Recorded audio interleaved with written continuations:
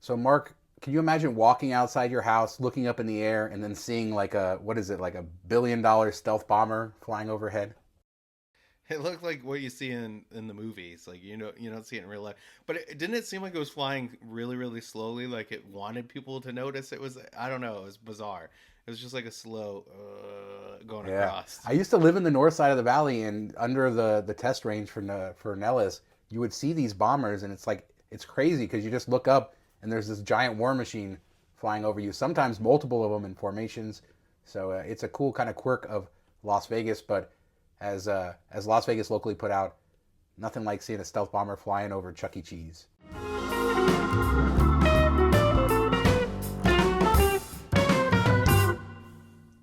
All right, speaking of flyovers, the Pro Bowl happened this weekend in Las Vegas, as did the NHL All Star game.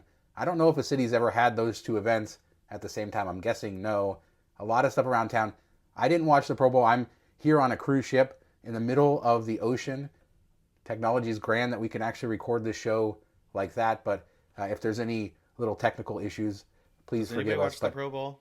Does anybody? Like well, really? I saw on Twitter a lot of people were complaining about no tackling, and that's sort of how it's always been, right? It's always I remember back in the day, like when we were growing up, it was always in Hawaii, and it was after the Super Bowl, and the players always took their families, and it was like kind of just a fun vacation for them, and it was a very loosey goosey type of game.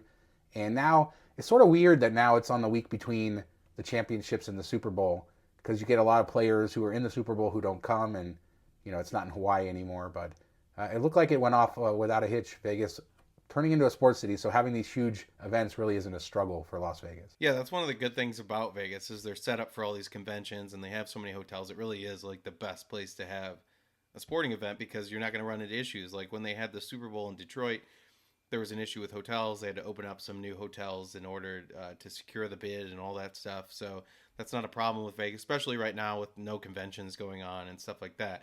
They have the vacant room. So yeah, it was like kind of like perfect timing for it, really.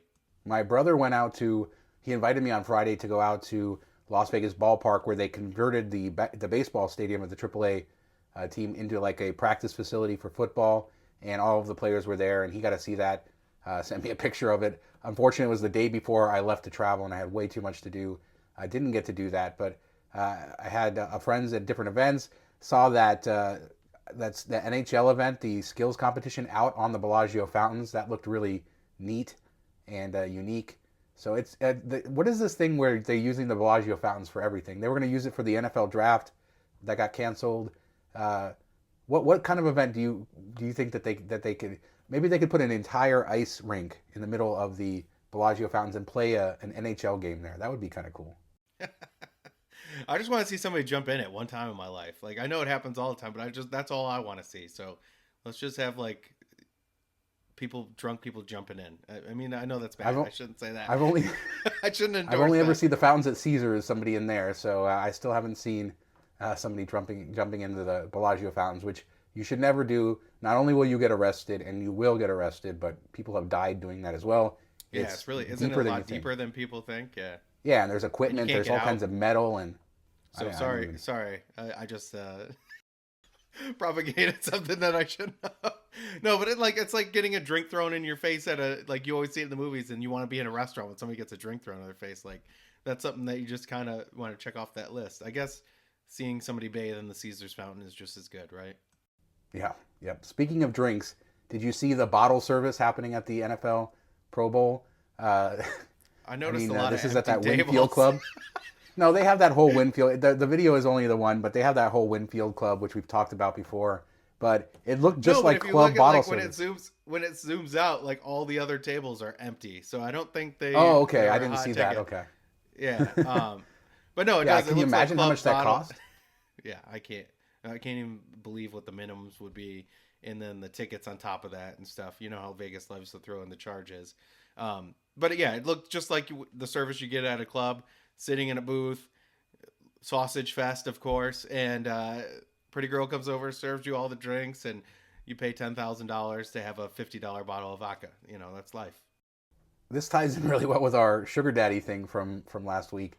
Certainly wealthy people, but And honestly, those tickets and to get in there, I don't know who was there. Probably didn't pay anything. It's probably all comped, be my guess, being Las Vegas, and considering that the rest of the section was empty. But so glad to see Vegas pulled off both those events. We've talked about Vegas getting so much sports love. This is just another example of that. Super Bowl coming in a couple of years. Really excited for that. All right, and moving away from sports, let's talk about like new towers and some rumors, some other things we heard. Starting with Caesar's Palace, that Caesars is going to be building a new tower because, Mark, the layout isn't confusing enough. There's not enough of a maze there. Basically, this hotel's added like a new tower every decade for its entire history, so why not do another one right now? But where? That's the question. Where do you put it? They're landlocked pretty much where they're at. I mean, I know you said there's a parking lot somewhere, right? When we were talking before the show that you think could work. There is that little valet lot out front. They could also remove the fountains and maybe put a strip front tower No, there, which would no, kind of suck. Yeah, I you think that's can't remove the terrible. fountains. Yeah, I agree with you. Don't remove the fountains. What about the area like where Absinthe is and the Spanish Steps? You always say that's underutilized. Maybe they could build something out to the strip there.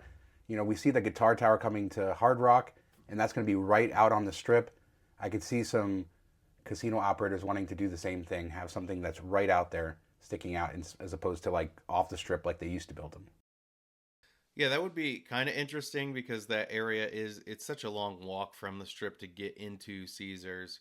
So I think that tower, if they built it right there, could be something some people want or would be interested in. I think it would change the dynamic of the strip so much, like the view lines, sight lines, all that stuff.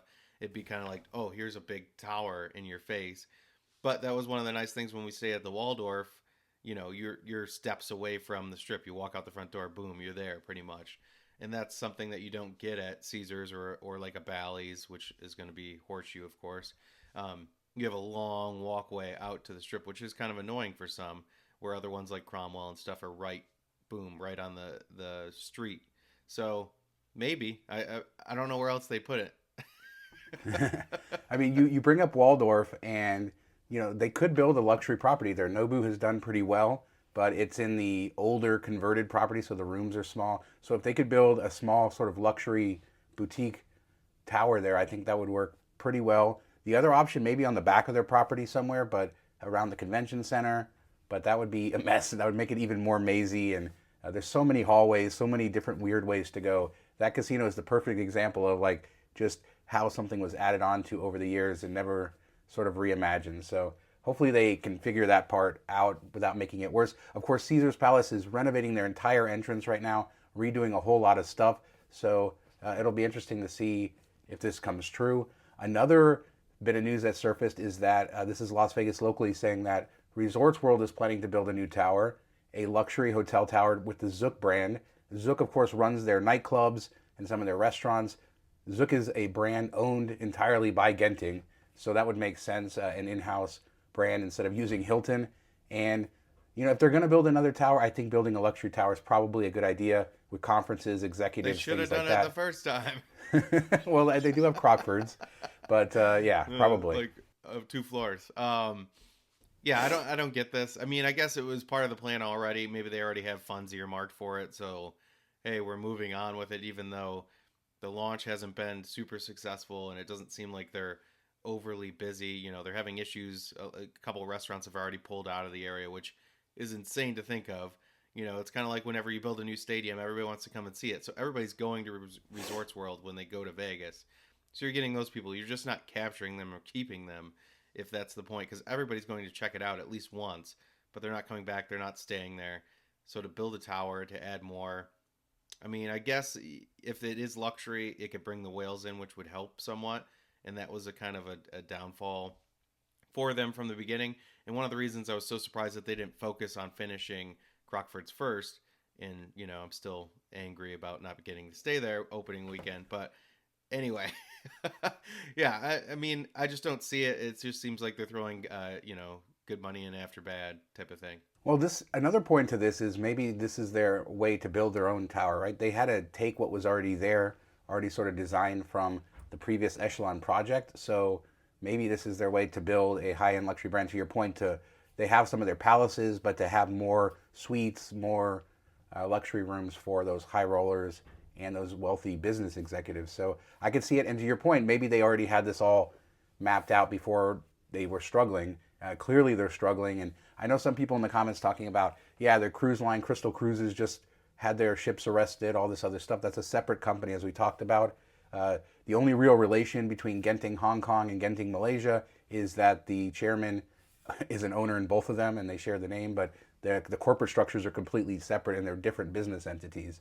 So one doesn't affect the other. Genting Malaysia doesn't seem to be having those problems, and they have a giant amount of land there, so it makes sense that they would build something on it. I wonder if they're going to build it on that massive piece of land next to the pools, or that little land next to Circus Circus. That was originally supposed to hold a little tower, that land over by Circus Circus. Yeah, I would imagine it'd be the Circus land if it's going to be like a boutique, smaller, high-end type of tower. That would be my guess. But nothing says luxury like a view of the Adventure Dome, right? I mean, seeing that land like out by the pool and all the construction going through, and that's kind of an eyesore and annoying. So it would be better if it was there just to kind of fill that space in. But whatever the case, please do not hire the same decorators and designers that you did for the hotel. Bring a little bit of Vegas flair into it. Do not make it corporate bland that you could see in anywhere. Like, I don't need to be staying at a Hilton, New York. Like, I want to be in Vegas and know I'm in Vegas, not, oh, let's just put blue on the wall and gray and call it good. I totally agree. And they also said, remember, Las Vegas Locally said that they're thinking about maybe building an arena. We don't know if that'll happen. But the only piece of land that they could do for that would be that area by the pool on the south side of the property. So I too also think the tower will be built near Circus Circus on the north side. We'll keep you guys updated on that. Luxury hotels, I love them, so I'm always excited for a new one. Hopefully that happens. And it'd be interesting, like you said, it's a Zook brand. It's their own brand. It's going to bring maybe Asian flair, get rid of that Hilton corporate bring the nonsense, dare I say. And the water park. Get it. yes, bring us some pandas, all that good stuff that you originally were supposed to do as well. So let's get some unique stuff into that property. All right, so Caesars Entertainment is going to sell a property. We know that they're rebranding Bally's, so that's not going to happen. Paris, probably safe because it's attached to Bally's. Planet Hollywood has been the one that's been rumored for a long time, but now Vital Vegas says Flamingo could be for sale, that there's a lot of survey markers around property.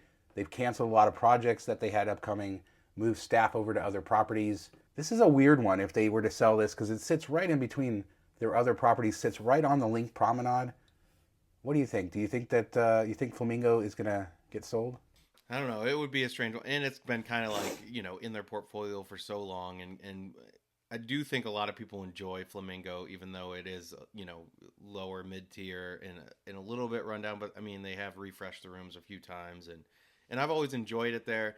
It is, crammed into like their strip of stuff. So I don't know that it makes a lot of sense.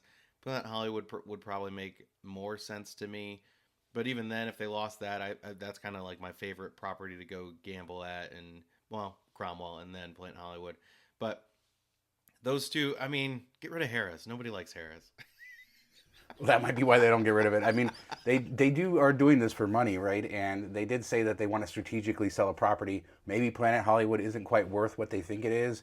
Maybe they've clearly been shopping this stuff for a while, so maybe they don't have a buyer. They have a buyer for Flamingo, perhaps the most historic property on the Strip. Hopefully the new owners would, respect the history of it and could do some interesting things with that property. Obviously, we talked about last week about Tropicana going away. Those are really the two most historic properties left on the Strip. To see them potentially both changing hands is an interesting thing, but I don't know. Caesars, and they both kind of have similar themes too, so that would be sad. Yeah, but Caesars, I agree with you. Sell Planet Hollywood, leave Flamingo alone. Although maybe under new non-corporate ownership, it could be a better place, but I don't know. I don't know what you quite do with that property to change it from where it is. It's pretty, like you said, entrenched in the Caesars Strip there. So we'll see how that happens. Now, can you imagine, betting, losing your money, going home, and then like getting a phone call from the Nevada Gaming Control Board saying that you won $229,000? Like, this is the craziest story. I know it's been making the rounds this week, but that's exactly what happened. Robert Taylor, a resident of Arizona, sitting at home, I'm imagining, gets a phone call. You won $229,000 because a machine made an error. What would you do? Well, isn't this kind of scary that this can even happen? Like, how do how does this happen? That you hit a progressive jackpot and it's like, oh, I didn't spit it out. Sorry about that. Like, it's just crazy. And the people in the comments that say like, oh, good on the casino for reaching out and stuff. That, like they had to. Like it's a legal thing. And then this is from the gaming control board. Casino had nothing to do with it. If anything, blame them for having shoddy machines. But it would be kind of crazy. I mean, it's everybody's dream, isn't it? You get home and then, oh, by the way, you forgot that you won this or you left this behind. So it'd be kind of crazy. And the fact that he has to fly back to get the money because they can't mail a check is kind of comical. Hopefully they take care of him and put him up and take care of all that stuff. Even though he has the money now, he doesn't need it. But hey, it's kind of a pain and all this, and I'm sure they'll make a big deal about it and post it everywhere. So it'd be kind of cool to see. Yeah, and I should say it was Treasure Island was the casino that this happened at. The gaming control board are the ones who found it, I believe, in an audit. And I think what this does is it sort of reinforces what, the safety of gaming, right? That there are regulations, that there are audits, that people are making sure it's a fair system or as fair as it's supposed to be anyway. Obviously, always a house advantage, but when a machine, we talk about, like, we've seen jackpots, $1 million jackpots get taken away on malfunctions of the machine. And this is sort of the opposite thing, right? And this is a rare story that it happens the opposite way. But, good that regulators are standing up for people gambling. And yeah, just a crazy story. But I think the system worked. And yeah, hopefully Treasure Island welcomes him back. How many times does it miss the audit, though? How many times does it not work? And the casino's like, oh, thanks, cool. Yeah, I don't know. That is a little scary, but like I said, hopefully Treasure Island welcomes him back and he doesn't lose a good portion of that money. Of course they want him to come back, Mark. They don't want to send him a check because they want him to come back to the casino so they can put him up in a suite, I'll be like, wine and dine him, and get him to lose some of that money. Island, I have enough money now that I can go stay at the Wynn. I'll see you later. See ya. Yeah, exactly. Take the check and walk across the street to Palazzo or up the street to Wynn. Exactly. But yeah, what a cool story for him. And yeah, I mean, it does ask questions, but let's just say regulators came through in this case, and Phil Ruffin is a couple $100,000 poorer. Poor him. All right, and speaking of casino games, let's talk about the casino games that make the most money for the casinos in Vegas. Review Journal had a really interesting article with all the stats from last year, and talks about which games are the most popular, which ones take the most money. Blackjack's still the most popular game in Vegas, of course, but roulette is number 2. That's sort of surprising. 103% increase in roulette winnings over the last year, and roulette on average takes in, or they keep 19.87% of the bet on roulette, which is crazy. So like a 20%. Would that be the house advantage? I don't know, but they're taking 20%. Yeah. And what was your most interesting thing? We slot machines, of course, taking money, but I'm surprised to see roulette is actually worse odds than even slots. Yeah, I'm not totally surprised about that because roulette's always been known as a sucker game. It's something I play either at the beginning of the night for a bet for fun or at the end, but it's basically playing slots and obviously not even as good as playing slots. So it is something I feel like a lot of people just throw $20 on and pick a couple numbers and move on type of thing. I was really surprised how high the house advantage was for blackjack. What was it, like 9.5%, something like that? Where you've always heard, hey, blackjack's a really good game for the player if you play it properly. Just shows you how many bad players there are, I guess, out there playing blackjack. And with these, side bets and the 6-5 payouts and stuff, the house has really moved the advantage towards them versus normally you'd hear like a 1 or 2% advantage if you play mathematically accurate or you followed the book type of thing for blackjack. So that was interesting. And then really interesting is you've always heard slots, the higher the denomination, the better, the less the house advantage is. So like a $5 slot, $25 slot is better. But the one that had the least amount of house advantage was nickel slots, which I would not have guessed. Yeah, so blackjack 14.1%, Mark, which is a crazy number. That's how much the casinos kept. Wow. Yeah, it's crazy, crazy, crazy. And, slots were only 9.85%. So slots, they're only taking in 10% of what the bet is. Blackjack, like you said, all those extra bets, which I know you love those little side bets and, I know I and get all that suckered crazy in. stuff. But those are, yeah, sucker bets. Nickel slots, only 5.31% the casinos kept on nickel slots, but there's only 1,035 nickel slot machines in the state, so not a whole lot of those around. But Wow, yeah, that seemed to that's be the really best. surprising. Like I feel like in Michigan there's a lot of nickel slots. I'm surprised Vegas has so few nickel slots. But I guess they have those multi-denominational slots Yeah, mostly now. So would that be considered a I wonder nickel how they slot if you're count playing those. at yeah, if you're playing on the nickels? Yeah, I'm not sure how how they delineate that, but they say that there's only 1,035 in the state. But yeah, it's a crazy, crazy article. We'll put a link in the description so you can see it.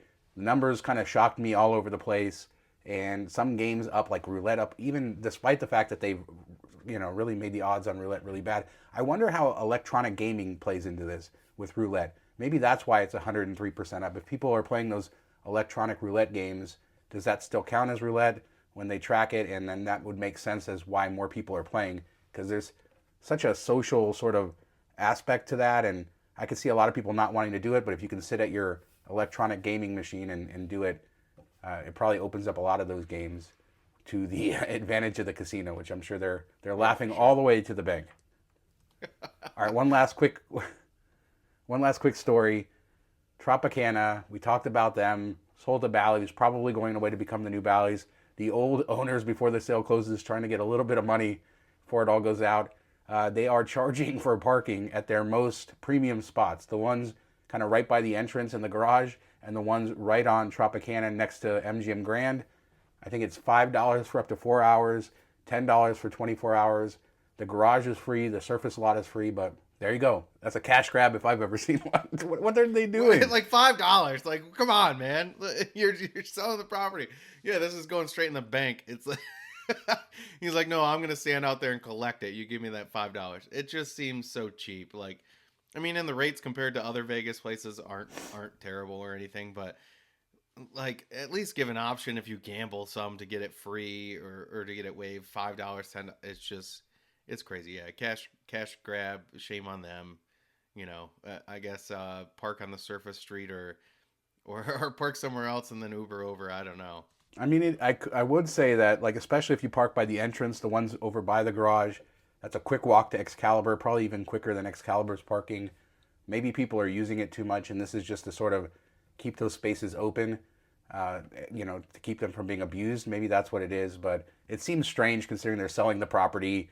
It's all changing over. But yeah, thanks to John Ryan at Vegas Teenager for letting us know about that. And that's going to do it, I think, for this week's show. Sorry if there was a little background noise, a little issues here as I recorded on the cruise ship. We had to record this over 2 different sessions, given the internet connectivity. But next week How's I'll the be back casino online. there? How's the casino on the cruise ship? Did you Yes, do a walkthrough yet? yeah, I'll do some video in next week's show. I have walked through. I haven't shot a lot of video, but it was hopping on yesterday at sea. We went in there like in the morning at like 9 or 10 a.m. just to walk through, and it was packed full of people, and all day it was. So people definitely getting their gambling on, and I'll have more information on that coming soon. I just haven't had time to film it and to get down there to spend too much time there. So look forward to that on next week's show, and we have a lot of other cool stuff to talk about next week as well. Thanks so much for watching. Oh, don't forget to subscribe, smash the thumbs up, leave a comment. Thanks so much for watching. See you Have a next great week. day.